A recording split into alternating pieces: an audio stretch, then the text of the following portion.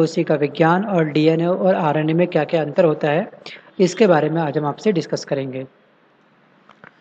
जीव विज्ञान, आखिरकार जीव विज्ञान होता क्या है? हमको ये पता होना चाहिए। यह क्या होती है? यह विज्ञान की एक शाखा होती है, जिसके अंतर्गत क्या होता है? जीवधारियों का अध्ययन होता है। ठीक है? उसके बाद जो अब आपके एग्ज़ाम के पॉइंट ऑफ व्यू से इस बुक में इम्पॉर्टेंट फैक्ट है, वो ये है कि जीव विज्ञान शब्द का प्रयोग सबसे पहले किसने करा था, उसका नाम क्या है? तो उसका नाम है लैमार्क। आप इसको हाइलाइट करिए अपनी बुक में। अगर बुक नहीं है तो आप मार्केट से परचेज़ कर सकते हैं या फिर डिस्क्रिप्शंस में मैं आपको इसका लिंक दूँगा, आप वहाँ से परचेज़ कर सकते हैं। जहाँ से आपको बेस्ट लगे वहाँ से परचेज़ करिएगा, बट वीडियो को देखने का बेनिफिट तभी होगा जब आपके हाथ में बुक होगी ये वाली और एक हाइलाइटर्स होगा। हाइलाइट आप करेंगे या अपने किसी पेन से, पेन ब्लू, रेड किसी भी कलर से आप हाइलाइट करेंगे तो आपको पढ़ने में बड़ा मज़ा आएगा। देखिए अब क्वेश्चंस यहाँ पे ये बनता है कि मधुमक्खियों का जो पालन का अध्ययन होता है, विज्ञान की कौन-सी शाखा में होता है? जीव विज्ञान की कौन-सी शाखा में होता है उसका नाम बताइए? तो आप याद रखिएगा वो है आपका एपीकल्चर। ठीक है? तो आपका ये एपीकल्चर भी इम्पोर्टेंट है। तो एपीकल्चर और सेरीकल्चर दोनों ही आपको याद रखने हैं। ठीक है? रेशम कीट पालन का अध्ययन जीव विज्ञान की कौन-सी शाखा में होता है? तो ये है आपका सेरीकल्चर। उसके बाद में आपको ये नीचे के याद नहीं करने हैं, केवल आपको याद करना है क्या? ऑर्निथोलॉजी। ऑर्निथोलॉजी में किसका अध्ययन होता है? क्वेश्चंस कभी-कभी यहाँ पे ये भी पूछ लेता है। आपसे ये नहीं पूछेगा कि मधुमक्खी पालन का अध्ययन को क्या कहते हैं? यहाँ से भी क्वेश्चंस बन सकता है आपका और यहाँ से भी एक क्वेश्चंस बन सकता है कि ऑर्निथोलॉजी में किसका अध्ययन होता है? आपको 4 ऑप्शन देगा, फ्लावर, बर्ड्स, ठीक है ना, फिश या फिर क्या, मधुमक्खी बी। ठीक है? तो आपको याद रखना है, हर तरह से क्वेश्चंस को बना के देखना है आपने कि कैसे क्वेश्चन पूछा जा सकता है। तो ऑर्निथोलॉजी में होता है पक्षियों का अध्ययन। उसके बाद हम बात करते हैं सोरोलॉजी। सोरोलॉजी में जो अध्ययन होता है वो होता है छिपकलियों का अध्ययन। तो अगला जो पॉइंट है आपके एग्ज़ाम के पॉइंट ऑफ व्यू से इम्पॉर्टेंट जो पॉइंट है वो है अरस्तू के बारे में। देखिए क्या हुआ था कि जीव विज्ञान का जनक किसको बोलते हैं, फादर ऑफ बायोलॉजी किसको बोलते हैं, फादर ऑफ जूलॉजी किसको बोलते हैं? दोनों ही नाम आप याद रखिएगा, जूलॉजी बोले या बायोलॉजी बोले तो इसका जो राइट आंसर रहेगा वो रहेगा आपका अरस्तू। याद रहेगा, ये आपका राइट आंसर क्या रहेगा? अरस्तू। फादर ऑफ बायोलॉजी मतलब अरस्तू। अब हम बात करते हैं कि जीवधारियों का वर्गीकरण किस किस प्रकार से होता है। तो ये वर्गीकरण जो करा था सबसे पहले किसने करा था? ये करा था लिनियस ने। ठीक है? और जीवधारियों को 2 भागों में इसका वर्गीकरण करा गया है। पहला है आपका पादप जगत, सेकंड है आपका जंतु जगत। ये चीज़ आपसे नहीं पूछेगा, आपसे केवल ये पूछेगा कि वर्गीकरण किसने करा था, उसका नाम बताइए। तो उसका नाम है लिनियस। और उसके बाद वो आपसे क्वेश्चंस यहाँ पर ये पूछ सकता है कि फादर ऑफ मॉडर्न टैक्सोनॉमी कहते हैं किसको? तो ये कहते हैं हम लोग लिनियस को। याद रहेगा आपको लिनियस? बिल्कुल रहेगा। उसके बाद में मोनेरा क्या होता है और प्रोटिस्टा क्या होता है? देखिए इस जगत में सभी प्रायकैरियोटिक जीव अर्थात क्या होता है, इसका मतलब क्या होता है? प्रायकैरियोटिक जीव क्या होते हैं? ये होते हैं जीवाणु, बैक्टीरिया या फिर ऑर्की-बैक्टीरिया, इन सभी कैटेगरी में शामिल होते हैं। ठीक है? तंतु में जीवाणु भी इसी जगत के भाग हैं। उसके बाद हम बात करते हैं प्रोटिस्टा। प्रोटिस्टा क्या होते हैं? प्रोटिस्टा में कौन-कौन चीज़ें आती हैं?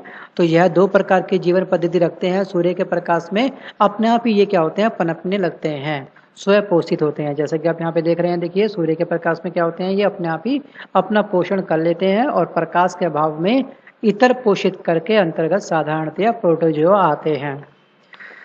ठीक है? आपसे देखिए इसकी डेफिनेशन वगैरह कुछ नहीं पूछेगा, छोटा-मोटा ओवरव्यू आपको पता होना चाहिए एग्ज़ाम में जाने से पहले। अगर आपका कोई अगर स्टेट पीसी का एग्ज़ाम आप दे रहे हैं तो वहाँ पे मेंस में आपके ये पॉइंट काम आ सकते हैं। ठीक है? एसएससी में फ़िलहाल इतना कुछ नहीं पूछेगा आपसे, लेकिन आपको पता होना चाहिए किसके बारे में? पादप के बारे में, कि पादप क्या होते हैं, कौन सी कैटेगरी में आते हैं। श्रेणी हमारी 5 थी। वर्गीकरण कितने भागों में करा गया? जीवधारियों को 5 जगत भागों में बाँटा गया है। ये पाँचों नाम इनके दे रखे हैं 1, 2, 3, 4, 5। अब आपको याद करना है पादप। पादप क्या होते हैं? ये होते हैं शैवाल, मांस, फूल और अपुष्पीय बीजीय पौधे जो होते हैं वो सभी किस कैटेगरी में आते हैं? तो वो सब आते हैं पादप में। आपको 4 ऑप्शन देगा, एक में बोल देगा आपको मोनेरा, एक में दे देगा आपको प्रोटिस्टा, एक में बोलेगा पादप और सेकंड में बोलेगा आपको कवक। 4 ऑप्शन देगा।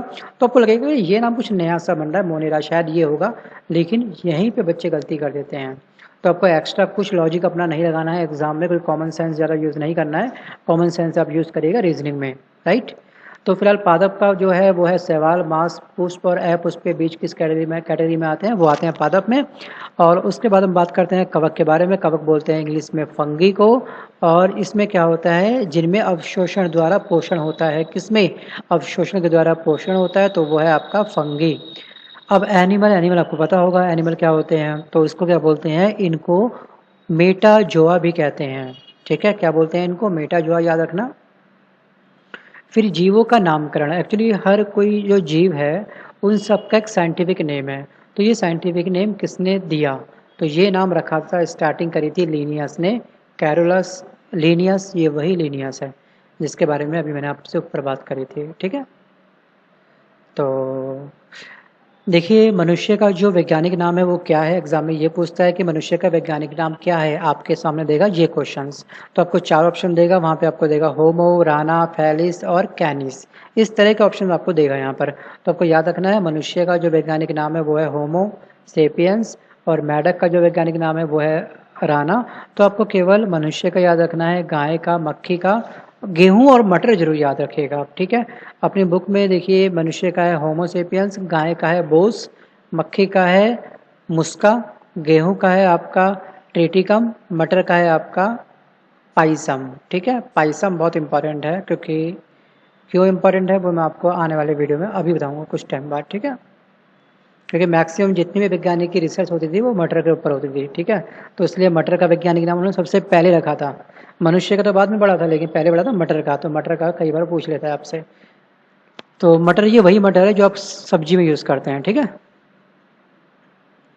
आगे बात करते हैं कोशिका विज्ञान जो होता है, जीव द्रव्य का नामकरण किसने करा था, तो ये करा था पूरी किंजी ने सन 1839 में। और जीव द्रव्य को कितने भागों में डिवाइड करा जाता है, तो ये करा जाता है 2 भागों में। और इसमें आपको कौन कौन से भाग हैं ये आपको याद नहीं रखना है, आपको याद रखना है केवल केवल क्या, आपको याद रखना है केवल जीव द्रव्य का लगभग 80% भाग क्या होता है, जल होता है। क्या होता है उसमें, जल, वाटर, पानी, नीर। अब हम बात करते हैं कोशिका के बारे में। कोशिका के अध्ययन के विज्ञान को क्या बोलते हैं, इसको बोलते हैं काइटोलॉजी। काइटोलॉजी में किसका अध्ययन करा जाता है, क्वेश्चन आपसे ये पूछेगा। आपको क्वेश्चंस में ये नहीं देगा कि कोशिका के अध्ययन के विज्ञान को क्या कहते हैं, आपको काइटोलॉजी भी दे सकता है क्वेश्चन बना करके, और आपसे पूछेगा, ऑप्शन देगा आपको कोशिका। तो हर तरह से आप क्वेश्चन को बना के देखिए, पढ़िए बुक को। और उसके बाद में हम बात करते हैं कि कोशिका शब्द का जो सबसे पहले प्रयोग करा था किसने करा था, वो करा था रॉबर्ट हुक ने। किसने, रॉबर्ट हुक ने करा था। कब करा था, 1665 में। कोशिका 2 प्रकार की होती हैं, कौन कौन से प्रकार की, ये आप रहने दीजिए, इसको फिलहाल जरूरत नहीं है। कोशिका के मुख्य भाग कौन कौन से होते हैं, कोशिका भित्ति, कोशिका झिल्ली, 2 ही भाग होते हैं बस केवल। ठीक है, कोशिका भित्ति की बात करते हैं, यह केवल पादप कोशिका में पाया जाता है, और यह सेलुलोज का बना होता है। यह कोशिका को निश्चित आकृति एवं आकार बनाए रखने में सहायक होता है। कौन कोशिकाओं को निश्चित आकृति और आकार देता है, कौन सी भित्ति देती है, तो वो देती है कोशिका भित्ति, ना कि कोशिका झिल्ली। तो इसको इसमें मर्ज आपने नहीं करना है। ठीक है, कोशिका भित्ति का काम क्या होता है उसको उसी तरीके से पढ़ना है, और कोशिका झिल्ली का काम क्या होता है उसको उसी तरीके से हमने रीड करना है। तो आप इसको भी एक बार रीड कर लेना प्लीज़।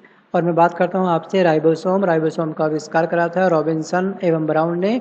कब करा था, 1953 में। आगे बात करते हैं माइटोकॉन्ड्रिया। तो इसका खोज जो करी थी वो करी थी अल्टमैन ने 1886 में।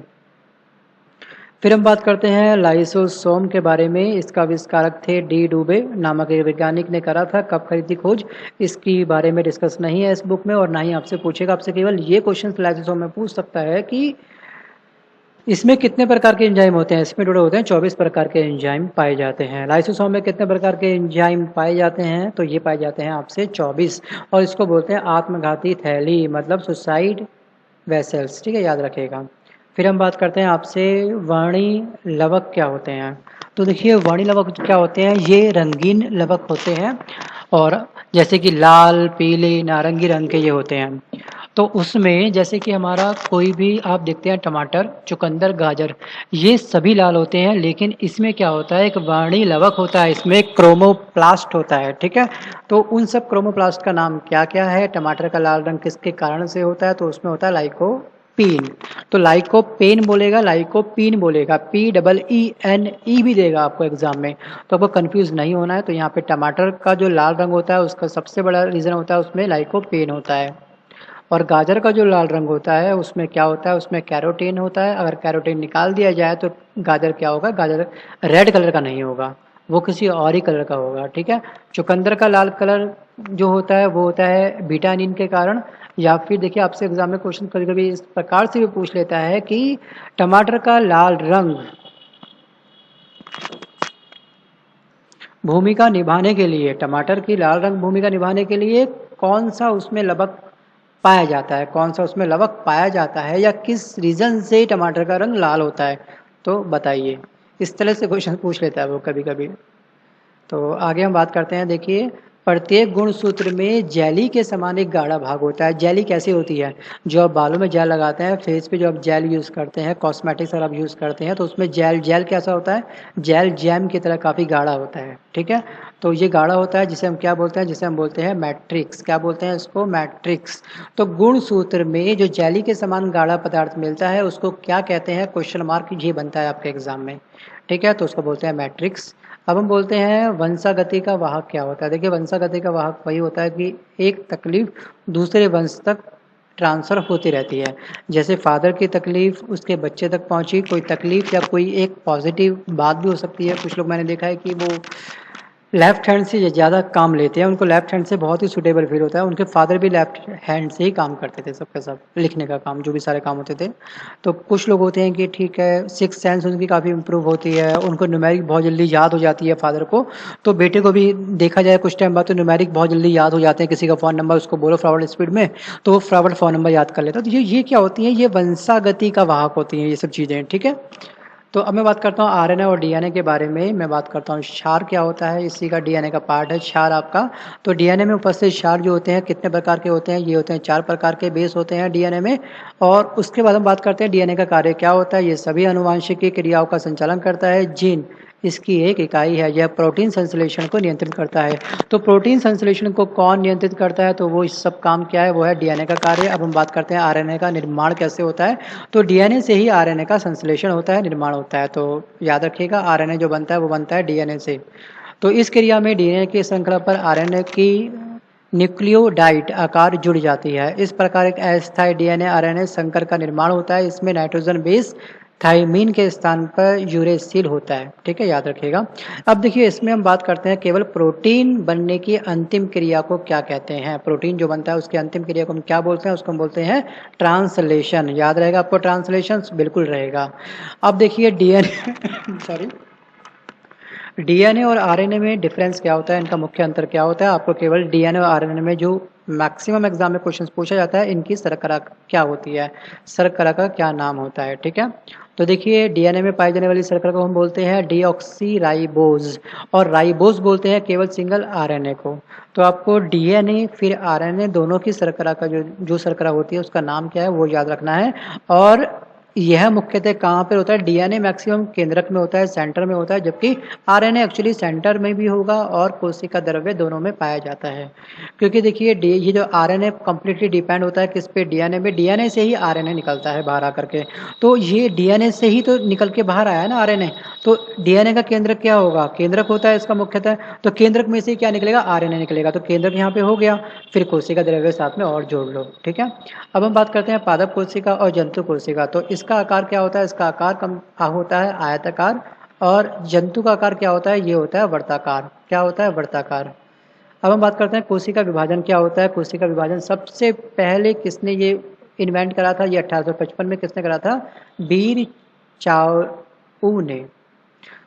अब हम बात करते हैं अर्धसूत्री विभाजन क्या होता है, इसका आविष्कार कब हुआ था। तो ये विभाजन जो हुआ था फार्मर और मोरे ने करा था 1905 में। तो कोशिकाओं में एक अर्धसूत्री विभाजन को हम क्या कहते हैं? कोशिकाओं में जो अर्ध विभाजन होता है या अर्धसूत्री विभाजन होता है तो उसका अन्य नाम क्या है? तो वो है आपका मियोसिस। अब हम बात करते हैं कि अर्धसूत्री विभाजन की खोज सबसे पहले बीजमैन ने की थी, लेकिन इसका सर्वप्रथम विस्तृत अध्ययन किसने करा था? देखिए सबसे ज़्यादा जो अध्ययन करा था वो करा था 1888 में। किसने? स्टॉर्ट्सबर्गर ने। क्या? स्टॉर्ट्सबर्गर ने। तो आपके एग्जाम में स्टॉर्ट्सबर्गर ही मैक्सिमम एग्जाम में क्वेश्चन पूछा जाएगा। तो वहाँ पे आपके सामने बीजमैन बहुत ही रेयर चांस है कि आपसे पूछे। उसके बाद हम बात करते हैं, देखिए समसूत्री एवं अर्धसूत्री विभाजन में अंतर। तो कुछ ज़्यादा खास अंतर नहीं है। देखिए कि यह विभाजन कायिक कोशिका में होता है और यह विभाजन क्या होता है, जनन कोशिका में होता है। समसूत्री कायिक कोशिका में और उसके बाद अर्धसूत्री विभाजन होता है जनन कोशिकाओं में। ठीक है, तो दोस्तों आज के इस वीडियो में बस केवल इतना ही। वीडियो थोड़ा छोटा था लेकिन अच्छा था। आई होप आपको ये वीडियो पसंद आया होगा। अगर ये वीडियो पसंद आया हो तो इसको लाइक करिएगा और आपके जो भी फ्रेंड कंपटीशन की तैयारी कर रहे हैं उन तक इस वीडियो को शेयर करने में